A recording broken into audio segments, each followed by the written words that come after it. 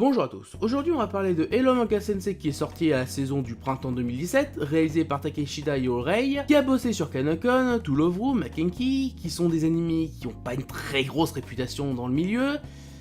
Bon allez, pour être gentil, il a aussi bossé sur Kenka Shujo Nozaki-kun, c'est déjà ça de prix. L'anime est produit par le studio A1 Pictures, connu pour avoir fait Sword Art Online, Fairy Tail, Blue Exorcist, Olaimo, et Black Butler aussi, ouais.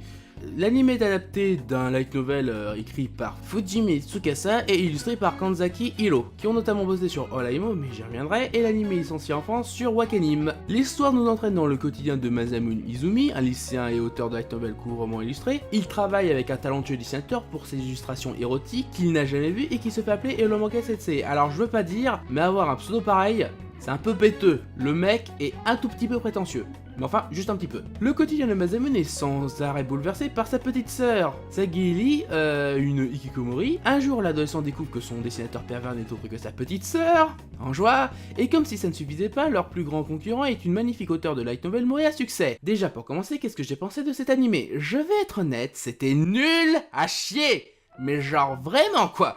Je précise d'ailleurs que cette vidéo promet d'être super salée, si vous voyez ce que je veux dire. Aussi, pendant toute la vidéo, je vais mettre en parallèle Oraimo et Hello Manga Sensei car je trouve ça intéressant de comparer les deux et vous allez très vite comprendre pourquoi.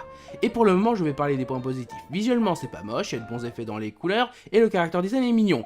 Voilà, c'est tout. Je vais à présent parler d'une des plus grosses polémiques qu'entoure Hello Manga Sensei, à savoir le côté pro-pédophile de l'animé. Car la plupart des personnages féminins sont des collégiennes et c'est les seuls qui ont le droit à être ultra sexualisés. Et les autres qui sont plus vieilles n'ont pas le droit à ce traitement. Bon, en temps normal, j'aurais laissé passer, car même si je n'aime pas ça, ce n'est peut-être pas une volonté de l'auteur. Sauf que non, l'animé est catégorisé comme un ecchi, du coup le côté fanservice et ultra sexualisé est parfaitement justifié par le genre de l'animé. Et comme je le disais juste avant, il y a seulement les personnages collégiennes qui sont hyper sexualisés. Et c'est pas aidé par la mise en scène qui met en valeur les parties du corps des personnages en question. Et je veux pas dire, mais il me semble que la mise en scène est censée être un langage en gros pour raconter par l'image.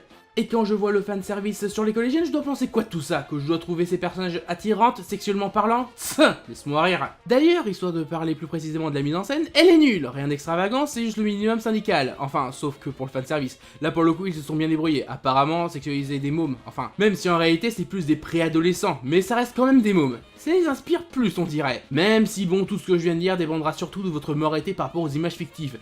Et c'est surtout le message pro-pédo qui me dérange. Après, si vous avez apprécié l'anime pour ça, y a pas de problème, je m'en fous. Même si encore tout ça, c'est pas ce qui m'a le plus énervé, non. Ce qui m'a donné vraiment envie de casser des murs avec des briques, c'est les personnages, de manière générale. Et autant, dans Olaimo, t'avais au moins un ou deux personnages qui pouvaient t'aider à supporter le visionnage, là, dans Hello Manga Sensei, ils sont tous nuls. Y en a pas un qui arrive à être minimum appréciable. Et on va commencer par les moins énervants pour terminer par les pires. Chris Yamada est un mec qui reste tout le temps sérieux, mais son personnage se limite à ça, et c'est tout. Le seul bon point positif que je peux lui accorder, c'est qu'il frappe sa sœur pour la remettre à sa place. Tomoe Tasako est la vendeuse de light novel et Amélie Senduro, elle a l'air d'être un personnage vachement sympa, c'est juste con que l'anime l'exploite pas plus et en fait juste un perso insipide. Ayame Kazuasaka, elle est illustrée Zero, elle est très énergique mais comme pour Tomoe, elle est sous-exploitée dans l'anime. Et je veux pas dire mais je trouve que ce personnage ressemble un peu trop à un autre personnage d'une autre série beaucoup plus populaire. Kunimi Shido, il sert à rien. Mais genre vraiment, il pourrait ne pas être là que ça changerait que dalle au scénario. Et tout ce qu'on sait de lui, c'est qu'il est auteur de light novel et voilà, c'est tout. Il a pas non plus une grosse personnalité et je soupçonne être un petit peu homophobe.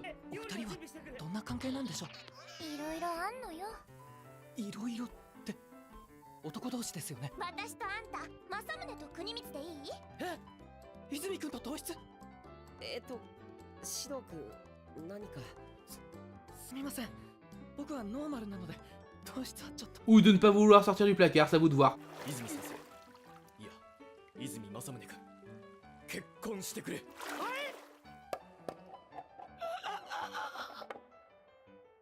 失礼しました。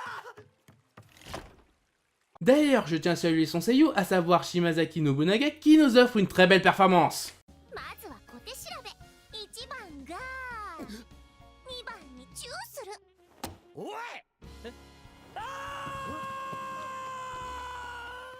Non, je déconne, ce cri est pourriturement ridicule. Bon, au moins on peut peut-être se rassurer sur le fait qu'il était juste mal dirigé à ce moment-là. Regardons un autre de ses rôles, tiens, Shido Itsuka dans Data Live.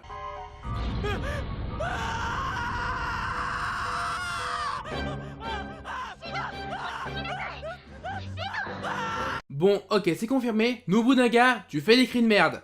Murasama Senju, c'est dommage, elle avait l'air d'être intéressante, elle avait un chouette design, fille habillée en kimono avec un regard froid, et même si je dirais que t'as un peu spoilé sur le fait que cette fille est l'auteur dont les romans sont numéro 1 en termes de vente, le souci étant que son traitement est complètement charcuté dans la série. Pour vous résumer l'affaire, en gros, on découvre que Murasama déteste le héros pour une raison inconnue, et elle vole le créneau horaire de publication du héros pour que la sortie de son roman soit repoussée à l'année prochaine. Sauf qu'au final, on découvre que Murasama est une grosse fan des romans du héros, d'où ma question: si tu aimes ce qu'il fait, pourquoi empêcher ce roman d'être publié? Ça n'a pas de sens! Et à la fin, tout finit bien, elle tombe même amoureuse du héros, comme pour tous les personnages collégiennes de l'animé, avec un développement torché en un épisode et demi. Megumi Chido, le personnage le plus improbable de la série, et qui fait me demander si son écriture n'est pas basée sur un perso sorti tout droit d'un hentai. Tant ses dialogues sont improbables. Enfin, je veux dire, commencer sa première apparition en disant que j'aime les 8 à l'âge de 12 ans, c'est quand même incroyable, et non, c'est pas une blague, c'est vraiment ce qu'elle dit dans l'animé.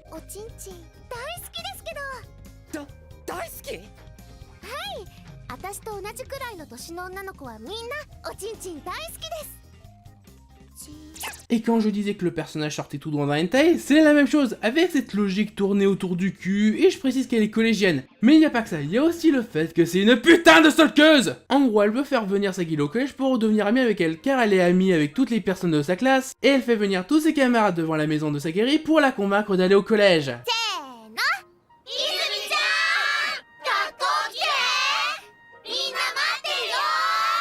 Le malaise! Sinon, à un moment, Megumi décide d'avoir une autre approche, à savoir avoir une relation commune avec Sagili, et cette passion, c'est les light novels, et qu'elle appelle des romans pour otaku pervers.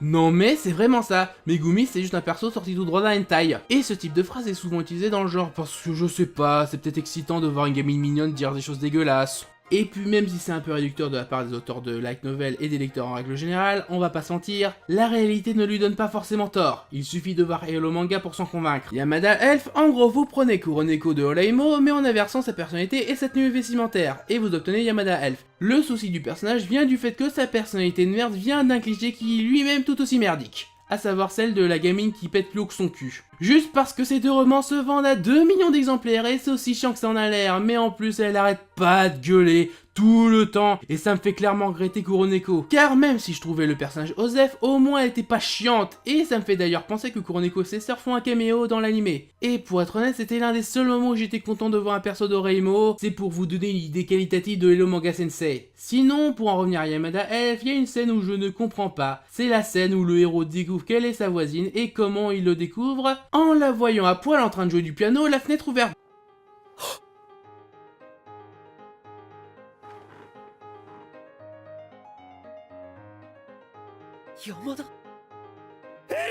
Bon, je vais pas me répéter sur l'hypersexualisation des collégiennes, mais j'aimerais savoir quel est le foutu sens, bordel, de cette putain de scène. Mais malgré ça, la raison pour laquelle elle est seulement 3ème, c'est sa relation avec son grand frère, qui reste l'un des trucs les plus potables chez Yamada Elf, à savoir deux personnages qui ont leur rôle complémentaire avec l'un et l'autre, même si c'est clairement pas le truc le plus original du monde. Je veux dire, même dans Lucky Luke, ils ont ce genre de relation complémentaire avec leurs personnages. Ça reste le petit truc qui me fait dire que ça aurait pu être pire. Ça et le fait que son grand frère qui corrige sa sœur en la frappant. Bon, même si ça reste de la violence sur mineur, j'en ai rien à foutre. J'aime pas les gosses qui se la pètent. Masamu Nizumi. Bon alors le vrai souci du personnage, c'est qu'il n'a aucune personnalité. En dehors du fait d'être gentil, je dirais même qu'en comparaison du héros d'Oreimo en termes de personnalité, c'est une grosse régression. Parce que même si Kyosuke n'avait pas non plus de personnalité, il avait un air blasé qui pouvait donner une tentative de ne pas ressembler à tous les héros de harem à la con. Et bien pour Masamune, rien. Pour se distinguer du reste, il est gentil et ça rend incompréhensible le fait que tous les collégiennes de l'anime en veulent à son chibre, et en plus, réduire ces personnages-là à juste être des love interest, c'est pas top. Mais c'est encore plus énervant quand tu sais que toutes ces romances de merde ne servent à rien vu que tu sais d'avance que le héros va terminer avec sa sœur adoptive. Car oui, maintenant la relation incestueuse n'en est plus vraiment une comme dans Reimo, sûrement pour éviter de refaire une fin de merde. Et puis c'est pas comme s'il y avait du suspense pour mettre le spectateur dans une fausse piste comme dans Nasqua. Non, car étant donné que les personnages ne sont pas développés, il n'y a aucune surprise par rapport à ça. C'est juste ultra prévisible. Et aussi le fait que l'auteur a fait juste avant une relation frère et sœur. Et d'ailleurs, ce serait super sympa qu'il arrêtait de faire la même foutue relation grand frère petite sœur. Sérieusement, il pourrait pas faire genre grande sœur petit frère, ou même une relation entre jumeaux. Vous savez, histoire de varier un peu. Parce que bon, quand tu vois que dans Hello Manga Sensei tu as les deux mêmes putains de relations dans l'animé, ça commence à être sérieusement redondant. Putain, même Mamoru Hosoda, quand il utilise le thème de la famille ancienne, au moins lui il fait en sorte de le faire de manière différente, avec différents types de familles, avec des relations entre les personnages qui ne sont pas les mêmes d'un film à un autre, et pas juste reprendre la même pendant ces 4 putains de films qui parlent de ça. Mais bref, passons à présent au pire personnage de l'anime, à savoir Sagiri Izumi. Oh mon dieu, je sens que je vais me faire tellement cracher à la gueule pour avoir osé mettre ce personnage en tant que le pire de l'anime. Mais je m'en fous, étant donné que Sagiri est un putain de cancer en phase terminale à elle toute seule, au même titre que Umaru ou même Kirino, et qui donne envie de perdre foi en l'animation japonaise qui est gravement pourrie d'intérieur. Mais bon, par quoi commencer? Ah oui, je sais, sa personnalité, en gros, c'est Kirino, mais au lieu d'être une tsundere, c'est une dandere, à savoir une personne introvertie. Et j'exagère même pas, tiens, comparons les deux. Kirino est la petite sœur du roi envers qui elle est en froid, mais au fur et à mesure de la série, ils vont commencer à avoir une relation plus intime. Et elle a une passion qui la rend plus énergique et joyeuse. Bon, maintenant, on inverse les noms, Sagiri est la petite sœur du roi envers qui elle est en froid, mais au fur et à mesure de la série, ils vont commencer à avoir une relation plus intime, et elle a une passion qui la rend plus énergique et joyeuse. Est-ce que j'ai vraiment besoin de plus détailler sur le fait que Kirino et Sagiri sont quasiment le même personnage? Et prouve clairement que Fumito Tsukasa ne sait absolument pas faire autre chose que faire du Oreimo-like. Sinon, on peut aussi mentionner le fait que Sagiri est une hikikomori, à savoir quelqu'un qui reste enfermé chez elle. Dans n'importe quelle bonne histoire, la logique voudrait que Sagiri décide à la fin de la série de sortir de chez elle et de se reconnecter au monde. Sauf que non, l'anime l'exploite un petit peu au début, pour le milieu il l'exploite plus du tout, et à la fin on découvre qu'elle a réussi difficilement à atteindre le rez-de-chaussée de sa maison. Alors qu'on a bien vu qu'elle pouvait très bien le faire juste avant. C'est comme si le fait que Sagiri soit une otaku était juste là pour faire plaisir aux otaku, histoire qu'ils s'identifient au personnage. Et j'arrive pas à croire que je vais dire ça, mais même dans Oreimo, le fait que Kirino est une otaku était beaucoup plus exploité que ça, avec le fait que les otaku soient mal vus dans la société japonaise. Et même si c'est un peu bâclé, ça reste bien plus intéressant à regarder que Sagiri qui est une hikikomori. Bon, après l'anime a bien ajouté une justification pour laquelle elle est restée enfermée chez elle, genre ses parents ont divorcé. Mais on n'en saura pas plus avant l'épisode 11 qui explique au passage comment Sagiri et son frère se sont revus pour la première fois, entre guillemets bien évidemment. Et ce flashback, à part empirer tout ce qui ne va pas dans la série, on découvre que la mère de Sagiri est elle aussi une dessinatrice. Et oh putain, sérieusement, son design c'est juste Sagiri mais en plus vieille. Et c'est pareil pour le père de Masamune, mais même Dorimo ils avaient fait un effort pour différencier les parents de leur progéniture. Mais bref, la mère de Sagiri, alors oui, elle a même pas de nom. Apparemment c'est pas comme si c'était important. Et c'est l'un des plus gros problèmes de ce flashback, on ne présente pas les parents de Sagiri. Et pour le père, je vous en parle même pas. Il n'apparaît à aucun moment, on sait même pas si c'était un bon gars ou un connard. Il n'est même pas mentionné, ce qui fait que le traumatisme de Sagiri n'est jamais vraiment justifié au final. Il n'y a même pas un moment où on voit les deux parents avec leur fille histoire de montrer comment ils étaient ensemble. On sait même pas pourquoi ils ont divorcé à la base. Non, à la place on préfère faire du fanservice sur une gamine de 7 ans. Et oui, ils ont osé faire ça. Et je sais pas quoi dire dans ce genre de situation. Après, peut-être que je suis parano. C'est possible. Sauf que si tu veux que ta scène ne sente pas le fanservice, il aurait fallu mettre la serviette de Sagiri autour d'elle avant qu'elle prenne sa douche et quand elle en sorte sans qu'on ait besoin de voir un bout de son corps nu. Et puis évidemment que c'est pour le fanservice parce que sinon cette scène n'a aucun intérêt à être montrée. D'ailleurs ça me fait penser qu'on ne sait même pas ce que sont devenus le père de Masamune et la mère de Sagiri. Enfin si on les revoit au premier épisode, mais on ne sait pas ce qu'ils sont devenus. On sait juste qu'ils ont fait appel à une tutrice qu'on ne verra jamais. Dans ce cas-là, quelle utilité d'avoir foutu des parents si tu les fais disparaître comme ça? Bon, à part juste les faire passer pour des putains d'irresponsables à laisser leur gamine enfermée dans sa chambre, j'en vois pas tellement l'intérêt. Et le pire c'est qu'au final l'aspect hikikomori de Sagiri nous donne un autre problème encore plus grand que celui d'avant, à savoir Sagiri ne sert à rien. Mais quand je dis à rien, c'est à rien. Car étant donné que Madame reste enfermée dans sa chambre, elle ne participe pas à ce qui se passe dans l'animé. Elle est plus spectatrice plutôt qu'actrice à son histoire. Après on pourrait se dire qu'elle fait des dessins pour son frère, donc quelque part elle sert à quelque chose. Sauf que non, car au final ces dessins ne serviront jamais à Masamune pour la simple et bonne raison qu'il faudrait déjà qu'il arrive à faire publier ses ouvrages. Aussi le personnage est inconsistant car on lit dans l'animé qu'elle est une fleur bleue un peu prude mais qui demande de voir la culotte des collégiennes pour pouvoir s'en servir comme modèle pour ses dessins. J'avoue quand j'ai vu ça pour la première fois, je me suis dit mais il s'est branlé sur quoi l'auteur pour faire un auteur-caractère aussi pourri? Et je vous raconte même pas le niveau de malaise qui arrive quand Sagiri enlève une culotte à une de ses camarades de classe.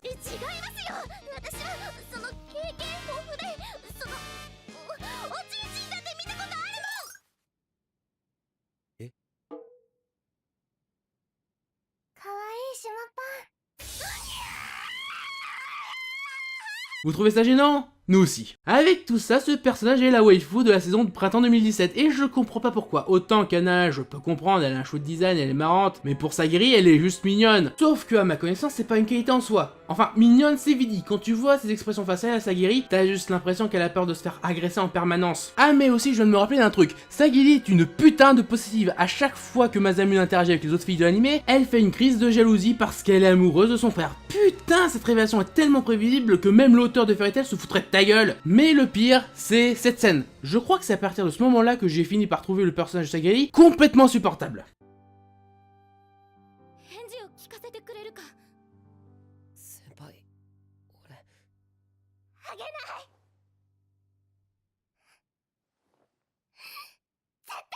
Ce qui m'énerve dans cette scène, c'est le fait qu'elle traite son frère comme si c'était un putain de jouet, et qu'il demande même pas son avis. Et c'est pas comme si Sagali essayait de montrer son amour pour son frère, elle le cache même. Et l'insulte d'abruti quand Masamune n'a pas compris un truc que Sagali n'explique même pas. Et je pourrais aussi parler du soi-disant rêve commun qu'ont Sagali et Masamune, à savoir un de leurs romans adaptés en animé. Le problème, c'est que dans l'histoire, il n'y a que Masamune qui montre de l'intérêt pour leur rêve. En ce qui concerne Sagali, à aucun moment elle en parle, ou même montrer de l'intérêt. C'est comme si c'était juste le rêve de Masamune et pas de Sagali. Et c'est ce qui fait que la relation Masamune-Sagali est un peu boiteuse de base. Bon, tu me diras, les relations entre les personnages de manière générale, c'est pas une réussite. Et pour les relations que je n'ai pas mentionnées, en gros, c'est expédié à l'arrache et pas spécialement intéressant. Par exemple, Masamune est en relation avec une fille autre que sa sœur, c'est genre au début, je t'aime pas, je te prends de haut, et à la fin, j'ai des sentiments pour toi. Sinon aussi, l'animé fait du mélodramatique pour des conneries. Par exemple, à un moment dans la série, Masamune décide d'aller à la maison d'à côté de chez lui parce qu'il y a des bruits bizarres pour découvrir au final que c'est juste Yamada Elf qui faisait du piano à poil.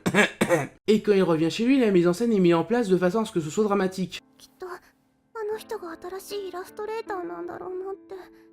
それで部屋にこもって練習してたの。さきり Mais attention, l'inverse existe aussi, parfois c'est tellement gnangnan que même les séries de Magical Girl se foutraient de ta gueule. あのさ、あんたなんで私のファンになったの？なんだいきなり言わなくちゃダメか。ダメ、言って。初めてお前の本を読んだ時な、ちっとも悲しくない、めちゃくちゃ笑えるシーンなのに涙が出たんだ。その頃俺すっげえきついことがあってさ、どうしたらいいか分かんなくて毎日落ち込んでたんだ。そのすぐ後にまたひどいことがあって打ちのめされてた。でもお前のバカみたいな話読んで笑って泣いたらちょっと楽になった。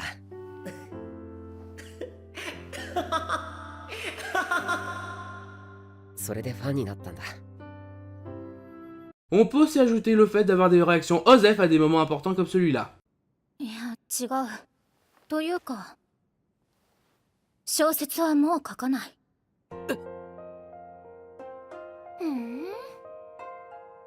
Putain, je suis tellement étonné par ton application émotionnelle. Mais au final, ça sert à quoi avec le fait que l'anime a une vision des choses assez naïf. Par exemple, dans un épisode, Masamune se fait sermonner par Yamada Elf, et soi-disant parce que quand il travaillait sur ses romans, il n'y mettait aucune passion et c'est pour ça que ses ouvrages sont pourris et qu'ils ne sont jamais publiés. Alors, je veux pas dire, mais la passion, c'est clairement pas un critère qualitatif pour faire de bonnes histoires. Alors oui, je peux comprendre que ça peut aider des fois, je dis pas le contraire, mais c'est clairement pas grâce à ça que tu vas être un bon auteur. D'ailleurs, ça me fait penser que j'ai l'impression que Fumichi Tsukasa a un problème quand on critique ses œuvres. J'ai l'intuition qu'il les prend très mal. Bon, tu me diras c'est normal, tous les auteurs sont passés par là, et même si Olaimo a du succès, ça ne lui a pas empêché de recevoir des critiques à la gueule. Mais là, il les répond dans les manga CC ou même dans Olaimo de façon immature, et ça se voit un tout petit peu. Par exemple, Masamune, à un moment a déprimé parce qu'il avait reçu des critiques assassines, comme si l'auteur insinuait que les critiques étaient néfastes. Mais encore ça va, ça reste soft, parce que bon, dans Raimo c'est encore pire. Tu as l'un des personnages qui critique le roman de Kirino et on lui dit qu'il est juste jaloux parce qu'elle a réussi à faire publier son roman à l'âge de 14 ans et pas lui, qui n'a jamais réussi à se faire publier.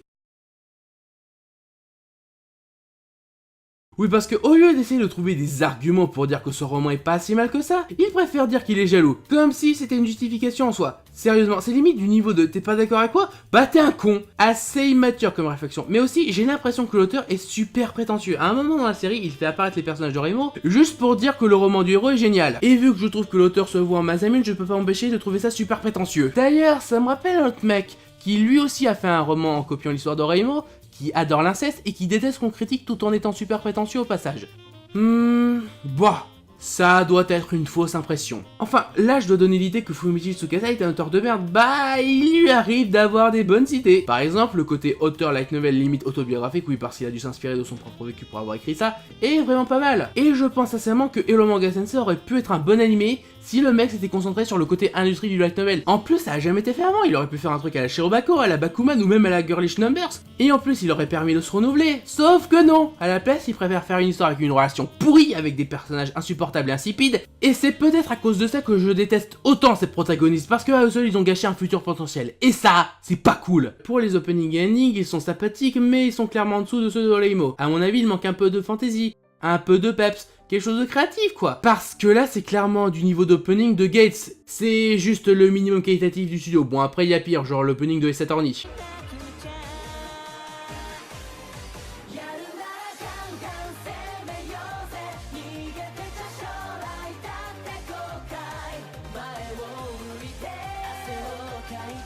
Et pour les seiyuu, à part pour Nobunaga, le reste du cast fait bien le café. Bon par contre pour l'humour, on repassera parce que la comédie dans cet animé est plutôt minable. En gros, les gags consistent la plupart du temps à j'exagère les réactions des personnages, et ça suffit à être drôle. Ou alors, oh là là, ma petite sœur est en colère, elle va me faire la peau, vous voyez le genre? Et au final, ça finit par être plus saoulant qu'autre chose. Voilà donc, histoire de conclure cette vidéo, est-ce que je conseille Hello Manga Sensei? La réponse me paraît évidente. Non! Voilà, c'était mon avis bâclé sur Hello Manga Sensei, j'espère qu'il vous aura plu. Si c'est le cas, abonne-toi, mets un like, lâche un commentaire, et suis-moi sur les divers réseaux sociaux, et surtout, bonne santé et bons animés, en espérant que la prochaine fois sera un peu plus positif. Allez, à plus.